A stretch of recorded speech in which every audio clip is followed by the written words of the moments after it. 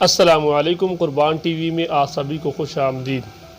آج کی رات کے لیے میں آپ کو ایک ایسا وظیفہ بتانے والا ہوں جو صدیوں سے آزمایا جا رہا ہے۔ علماء کرام نے اپنے کئی بار بیانات کے اندر بھی اس وظیفے کو بتایا ہے اور آج تک یہ سبھی کے لیے فائدہ مند ہی ثابت ہوا ہے۔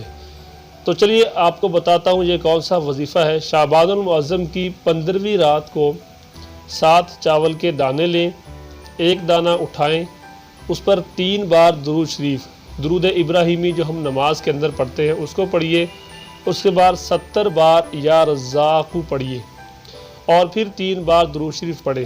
3 بار درود شریف پہلے پڑھیں اور 3 بار بعد میں، بیچ میں آپ نے 70 بار یا رزاق پڑھنا ہے اور آپ نے اس ایک دانے کو الگ رکھ دینا ہے۔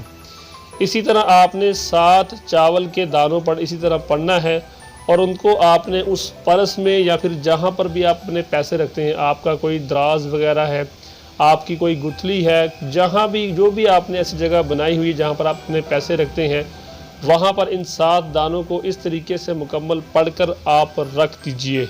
انشاءاللہ یہ آزمایا ہوا عمل ہے، سال ہاں سال سے لوگ اس سے فائدہ اٹھا رہے ہیں اور سارا سال روزی اور مال میں برکت بھی ہوگی اور ساتھ اس مال اور دولت کی حفاظت بھی ہوگی جدھر بھی آپ نے یہ پڑے ہوئے دانے رکھے ہوں گے۔ یہ 15ویں رات کو عمل آپ نے کر لینا ہے اور اسی وظیفے کو، اس عمل کو آپ کسی نہ کسی ایک اپنے پیارے کے ساتھ ضرور شیئر کر سکتے ہیں۔